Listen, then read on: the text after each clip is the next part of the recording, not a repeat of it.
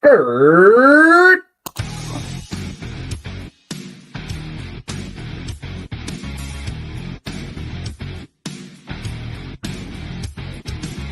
I'm just so sick and tired. I'm hanging on a wire, a foot over the fire, and it's burning. I can feel it inside. Done with the same cliche, done with the day after day. There's got to be a way. Now is the time to break the tie. I'll live, I'll die for what is wrong and what is right. I'll take the pain for all the ones without a name. To be invincible, we'll be invincible. To be invincible, we'll be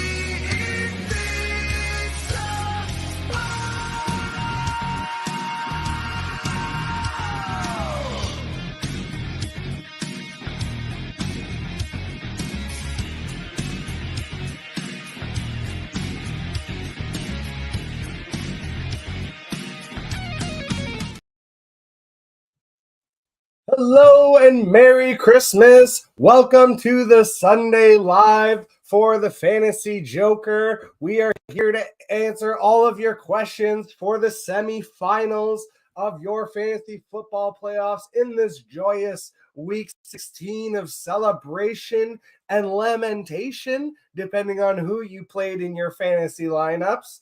I know there's already been some big games and some rough outings from some superstars. I know I personally had Stephon Diggs in 3 of 4 leagues last night, and the only one I didn't, of course, I had fucking Dalton Kincaid. So now it feels like I'm managing a sinking ship.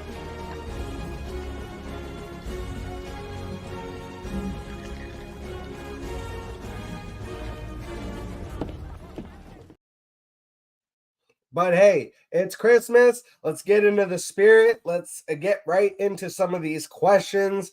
Right off the bat from Fantasy Football Advice Network's Q&A, Breece Hall or Aaron Jones? I'm just going to go with the pure matchup there and go with Breece Hall facing the Manders. I think that's easy work all day, both on the ground and through the air, which is actually where he's been getting primarily most of his fantasy value. I'm expecting a decent day for Breece Hall. The problem with Aaron Jones, even though he's like the only game in town and their receivers are dropping like flies and you would expect him to get some receiving work, it just really hasn't been there. And I think he's still working his way back from the injuries that hindered him previously. And therefore, I would feel more comfortable going with Breece Hall today over Aaron Jones in my fantasy championship. Austin Eckler, well, that one already passed, so we're gonna have to. There's going to be also obviously with the Michael Pittman being out, that's going to affect a lot of fantasy lineups. So I already have here Jordan Addison or DeAndre Hopkins. Now that's definitely getting a little more rough with it. I don't really want to have to chase the Jordan Addison points, but at the same time, DeAndre Hopkins has been so hit or miss. And with Ryan Tannehill set to start this game, I'm not really sure how much we can trust it. I think you have to continue to roll with the young gun in Jordan Addison. He has more upside, in my opinion. Yes, DeAndre Hopkins could have a decent game. But the Seahawks defensive backs, just kind of the way that they are built, bigger body guys can kind of bump and run with DeAndre Hopkins. So I don't necessarily like the matchup, even though it's at home. I like the fact that it's Tannehill even less. It felt like Will Levis at least was willing to take chances downfield with his big arm. So it might end up being the wrong decision here, but I think I'm going to go with Jordan Addison in that case. We'll take a little Christmas bong toke here. In the meantime, I'll give you guys a little Christmas song.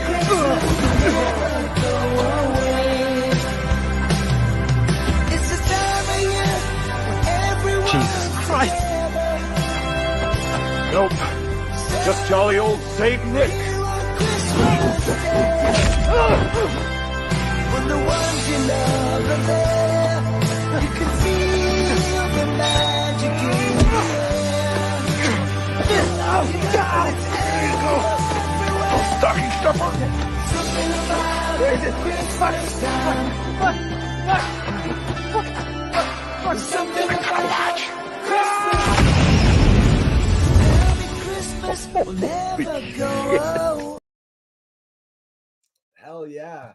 Shout out to Violent Night, available on Amazon Prime right now, I think. I think it's also on Hulu, maybe. If you haven't seen that movie, it's dope, though. I really like the actor David something or another. I'm forgetting his name. All right, let's get some questions going in the comments, guys. If you got any questions, feel free to drop them in. I'm going to be here probably 30, 45 minutes, I would guess, on a Christmas Eve. Even though my family's out of town, I don't got shit to do. So I will be doing also a bonus episode tomorrow for sure. I guess, we could kind of talk about here's something kind of random that I wasn't expecting to wake up to this morning. Des Bryant.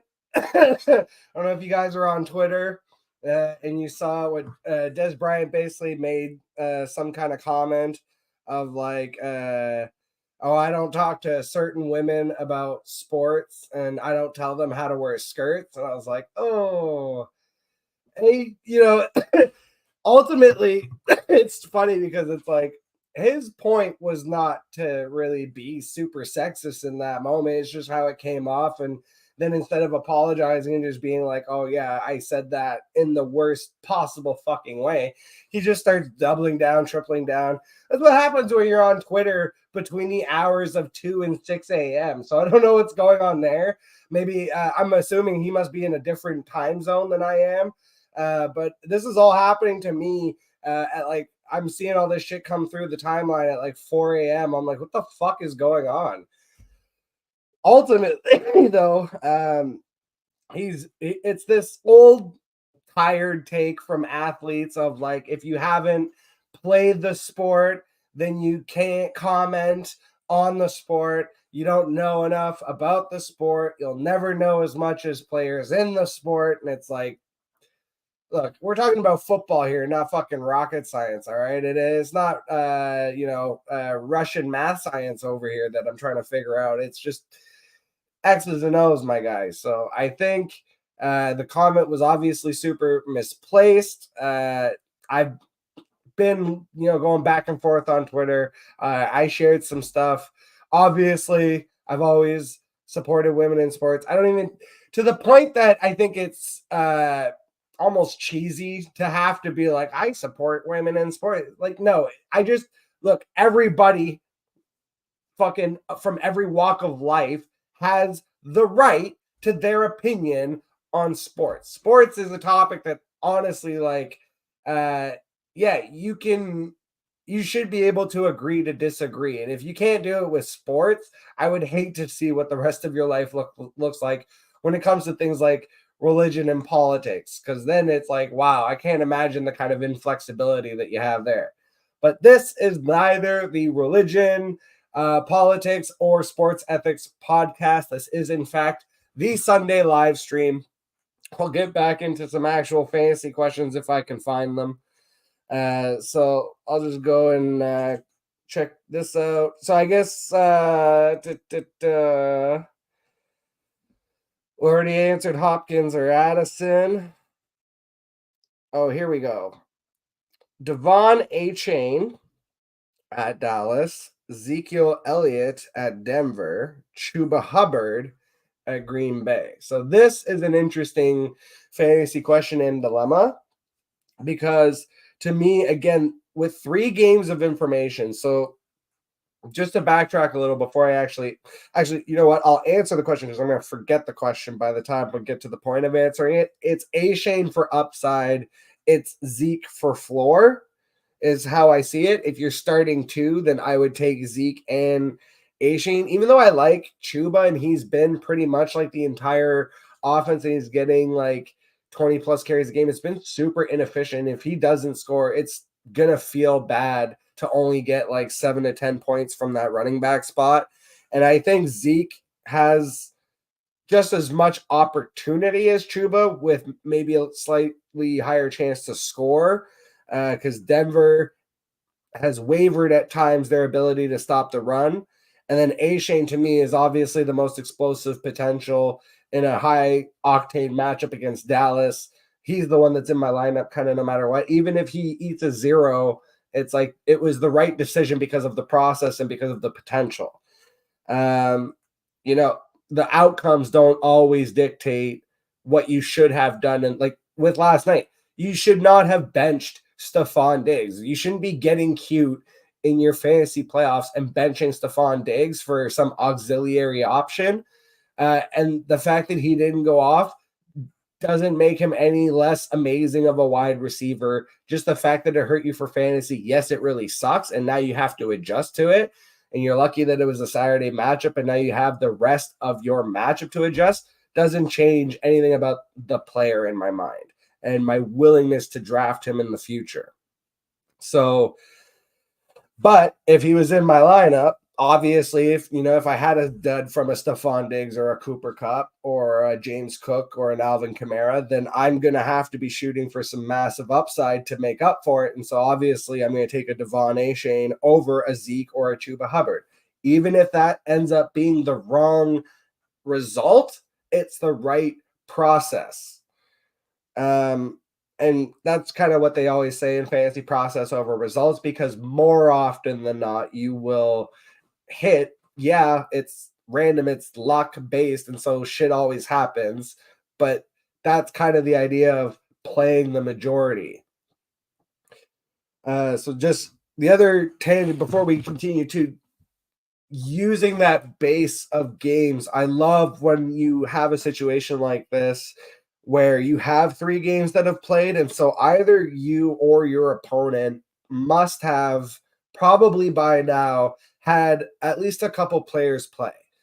If you had no players at all, they probably had a couple going, and vice versa. If they had nobody going, you maybe had at least 1 or 2. So because of that, I don't really look at the projections so much, because projections can vary wildly from site to site, and ultimately is like, being figured out based on computer metrics. What I'm more looking at just like, did my guy do really well or not? It's that simple. Because obviously if you had, again, the Kamara, the Kupp, the Cook, the guys that let you down, the duds, you're going to want to be shooting for more upside today. And then if you had the guys that went off, if you had the Kyron Williams Puka stack, you're not going to be taking crazy chances today. So that would be a situation where if you told me I already have Puka and Kyron in my lineup, and the other guy already had James Cook and Alvin Kamara. So now you're talking about a huge disparity. You're really up, they're really down. And the chance that Devon Achane kind of comes out flat potentially swings the matchup. And you're just looking for, like, I absolutely know for sure that Chuba and Zeke are going to get all the touches. And so therefore, in my mind, there's no way they get less than 7 to 10 points. And that's what I need to keep myself paced ahead of my opponent. Then you make that decision for your team. And at the end of the day, the best advice is always follow your gut. If you just have a gut feeling about a player, no matter what any fantasy analyst says, myself included, kind of with a wink, because I'm not a fantasy analyst. If anything, the closest thing I would say is I'm a fantasy comedian, and I play a lot of fantasy football, and I give advice based on my own experiences with what I consider to be an outside perspective, because I do live in Quebec, Canada. So I'm not in the bubble, I guess, of living, again, within that subculture of sports that's really intense. I get to be the outsider looking in a sense. So kind of those things playing into effect. Yeah, I give advice, but I'm wrong easily 40% of the time, like minimum. In fact, if I'm hitting 60-40, I'm like, oh, I'm doing great. I'm doing well. if you're hitting 60-40 on bets, like, or any kind of like luck-based endeavor, like you've essentially tilted it to be winning in your favor. So just kind of a long rant of how much I really try to use the information I have access to sway my decisions ultimately based on my team and my league scoring, right? Because, like, again, just going back to he's got 2 duds, I've got 2 studs. I'm already way up. I'm not trying to take a bunch of crazy risks. Yeah, I'm going to look at some floor plays versus some ceiling plays. But we'll get back into a couple questions here. Still kind of quiet in the comments. You guys are out there. Just go drop any questions that you might have. I know it's Christmas Eve. Probably wrapping some last minute shit, getting shit ready for whatever families you got coming over. Me, I got nada. I am here for y'all. All right. Zay Flowers or DK Metcalf.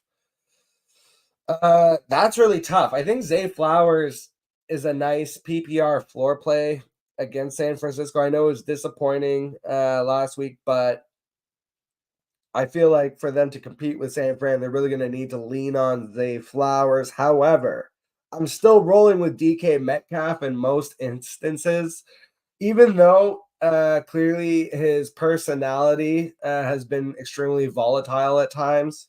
I feel like, you know, he's just got such upside. Like, even the other game where he got kicked out, it was like, yeah, he got kicked out after he had a monster 40-plus yard touchdown. There was the game, obviously, where he had the huge 3-touchdown game. That kind of upside, in my mind, doesn't exist for Zay Flowers. So, again, this is very much one of those upside versus floor debates. If you are in a full PPR and you already have, like, everybody going off, I could see you maybe trying to get cute with Zay Flowers, but in most instances, I'm going to be playing DK Metcalf. And it's like, some of these plays will not work out. They were still the right plays to make. That's kind of the issue with fantasy football. It's what makes it so tormenting and also the most fun, is that ultimately all of your decisions can come down to one guy, one decision on one week, either one way or the other. So for the tight ends too, they were also asking, this person had a really long question basically asking running backs, wide receivers, and tight ends. Waller at Philly, Njoku at Houston, likely at San Fran. I like Isaiah Likely, but you can't go away from David Njoku right now. He is an absolute beast, and he's getting all the targets right now from Joe Flacco, who's throwing it like 40 times a game. He is a slam dunk. Do you want to see me dunk? Sure. Yeah? Okay. Are you guys ready? Am I- I'm okay. No, don't worry. Does that always happen? All right, I'll go pull up the site as well and see if there's any other questions here, because it feels like we're already starting to like run low. Oh, here we go. Rice, Godwin, or McLaurin, because they have Michael Pittman out, pick 2. Oh man, Terry McLaurin kind of went crazy last week, but I still have to go with Rashee Rice. Rashee Rice for me is the easiest one. I have really liked him all year. Even last week, I was very bullish on Rashee Rice. He has kind of taken over the Juju Smith-Schuster role for this offense as like kind of the only real PPR game in town. So I really like Rashee Rice, and Chris Godwin, who had been an abject disaster for fantasy football and an incredible bust, has suddenly come on as of late. He had the game where he had a single touchdown, and it wasn't even receiving, it was a rushing touchdown. And I was like, oh, fuck. Like, this is bad. Like, he didn't get a single reception that game. And now all of a sudden he's coming off like 9 for 150 or whatever the fuck it was. Like he is very much like worked his way back into being an integral part of the offense, seemingly on the back of Mike Evans cooling off a little bit, maybe getting more attention from the defense. So I think Chris Godwin is probably the one that cracks my lineup there. So I guess I'm going with Chris Godwin and Rashee Rice.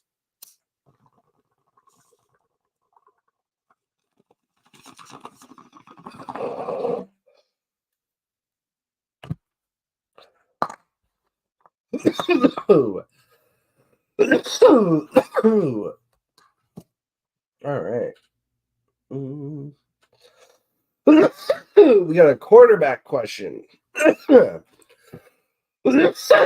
Jordan Love or Baker Mayfield? I'm going with Baker Mayfield. They're fighting very much for the division still in a playoff spot. And Mayfield, he's going to crack my list at the end of the year of, I've been on Mondays, I do my own version of fantasy receipts, what I got right, what I got wrong. I always lead off with what I got wrong, though.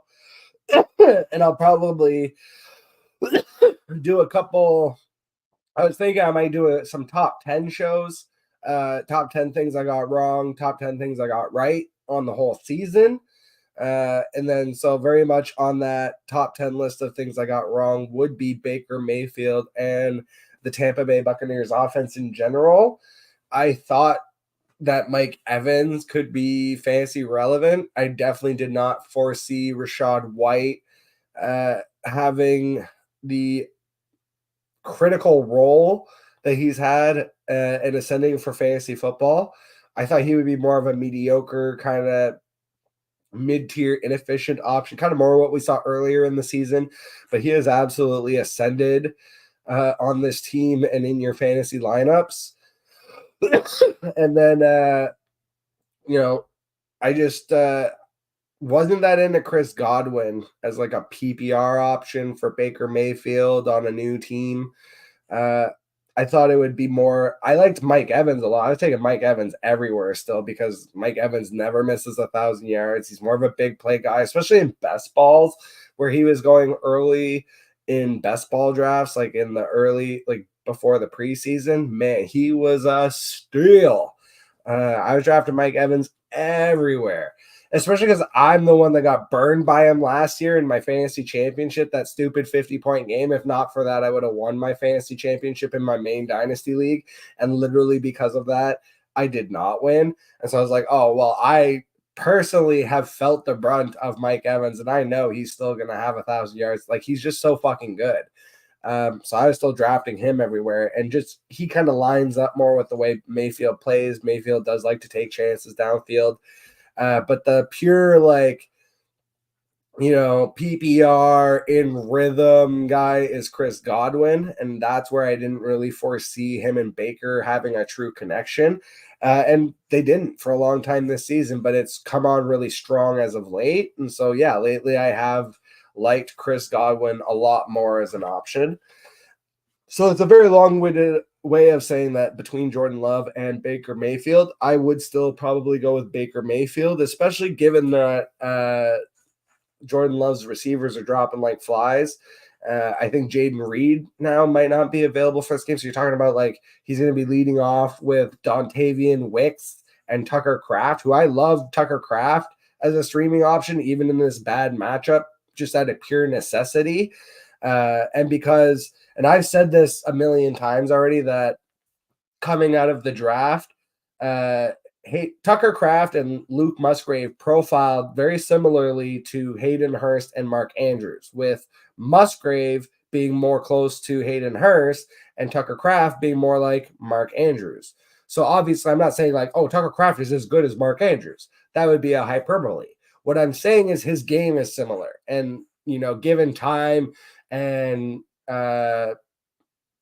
practice in this offense, I could see him ascending to being like a Mark Andrews light, like Mark Andrews if you ordered him from Wish.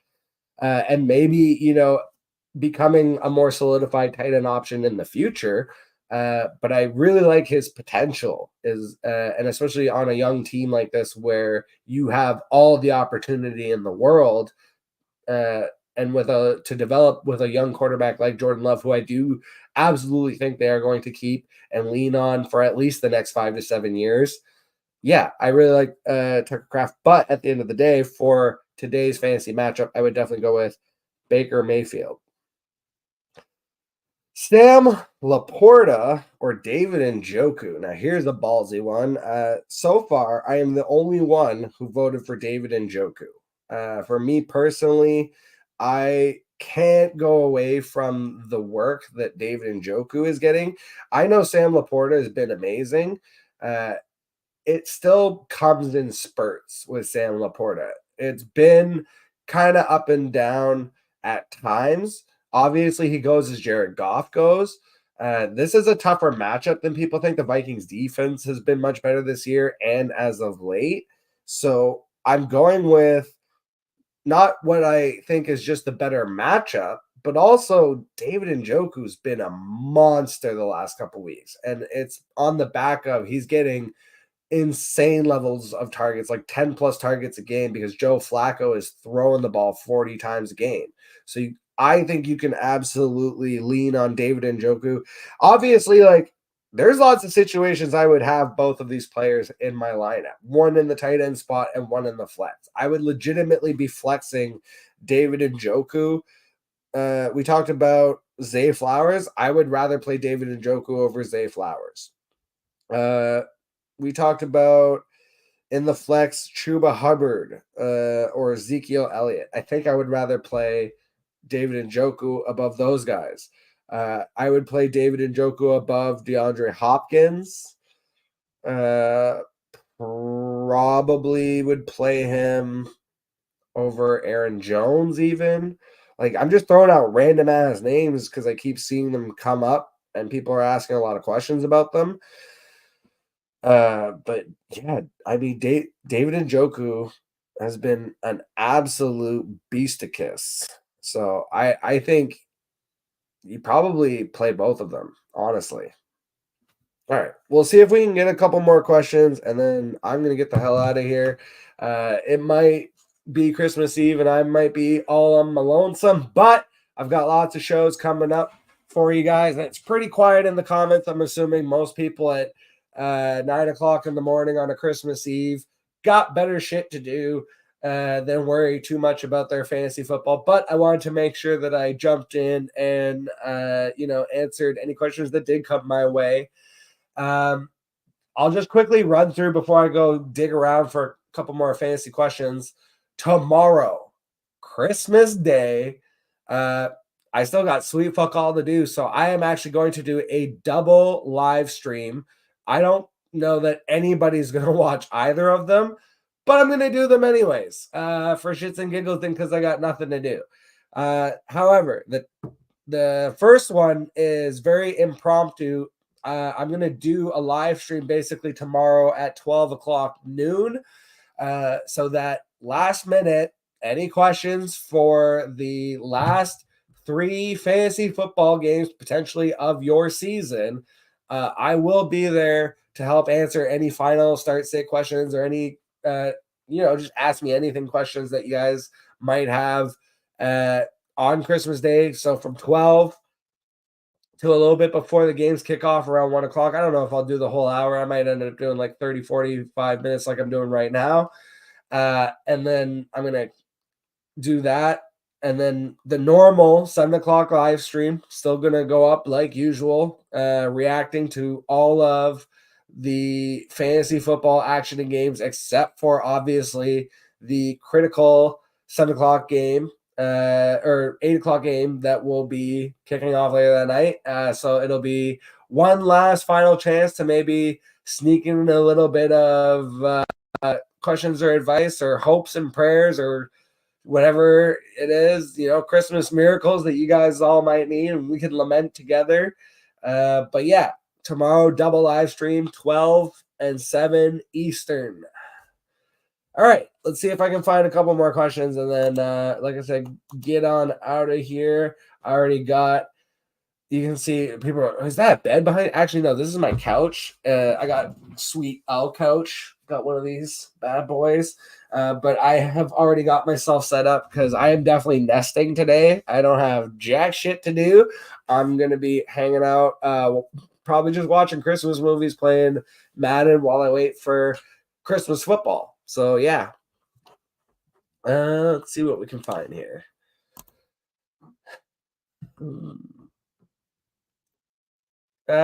Flex Pollard or Ayuk.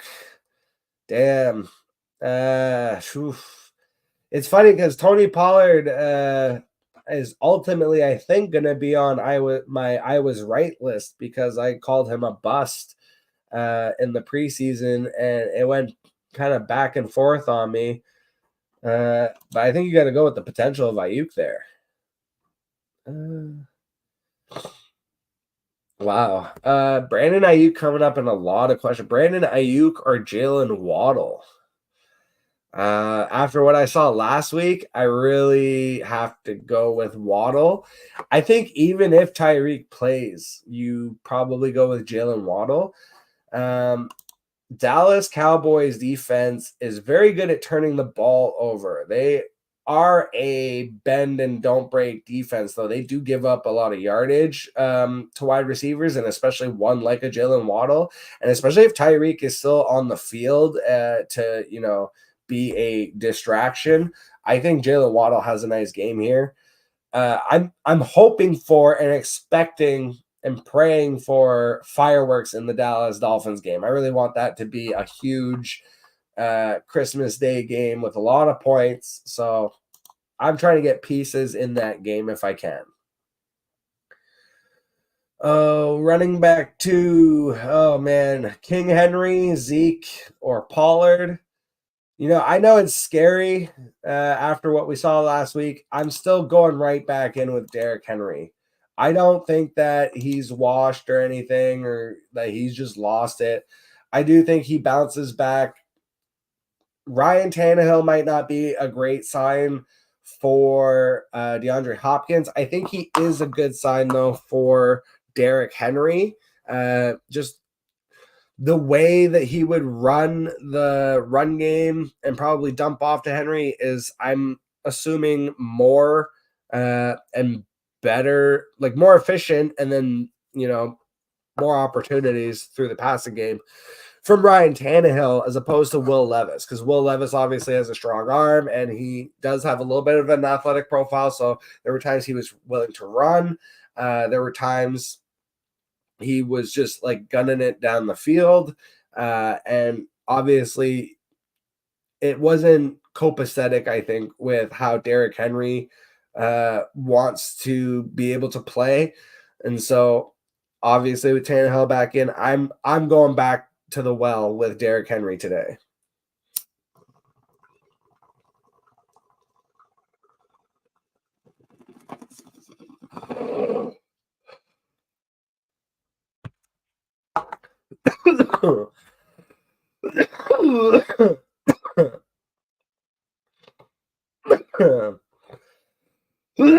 Full PPR. Cole Kmet or Isaiah Likely. See, that's a situation where I would go with Isaiah Likely. Again, hoping for a competitive game between the Ravens and 49ers. I think if that happens, it's going to be on the back of Isaiah Likely and Zay Flowers. So I'm going with the upside of Likely there. And then half PPR. Here's a tough one. One running back and one flex. Jonathan Taylor Thomas, Rashee Rice, and Jahmyr Gibbs. Woo-hoo. You know what? I am going with Rashee Rice and Jahmyr Gibbs. I know JT is supposedly fine and coming back from the injury.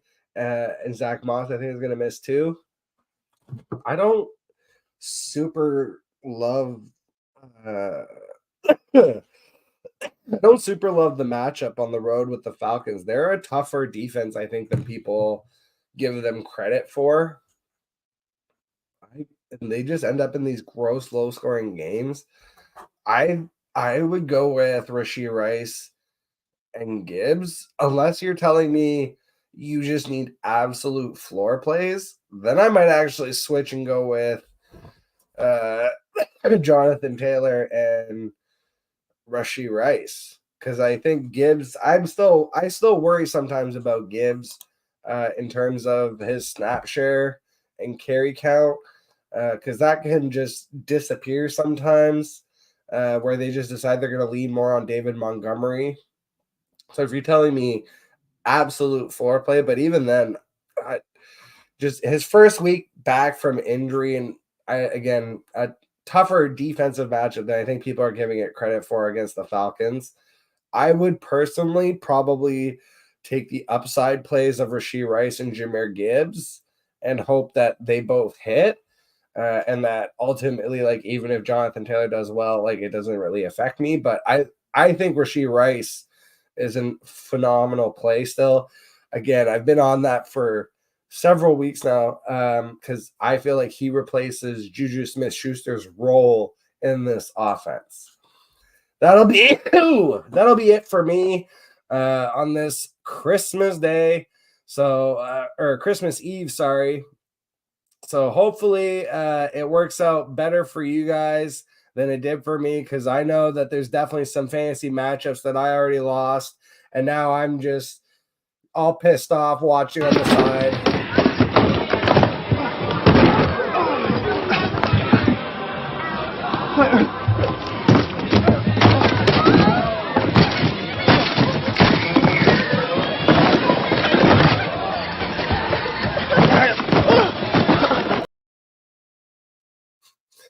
So I'm going to go throw my fit. Shout out to you guys, the listeners, for tuning in on a fucking Christmas Eve. I appreciate each and every one of y'all. I hope you guys all have a phenomenal holidays, an excellent time off if you're lucky enough to have it. If not, I hope that whatever work that you do have to do through this time is, easy going, and that people aren't assholes, because usually it's service industry that is still having to work this time of year. So, and oh my God, if you are fucking going out this time of year, yeah, I assume that my listeners, you're not this type of people, but somehow if you are, treat your fucking service workers like gold, because they deserve it. And on the back of that, again, just happy holidays.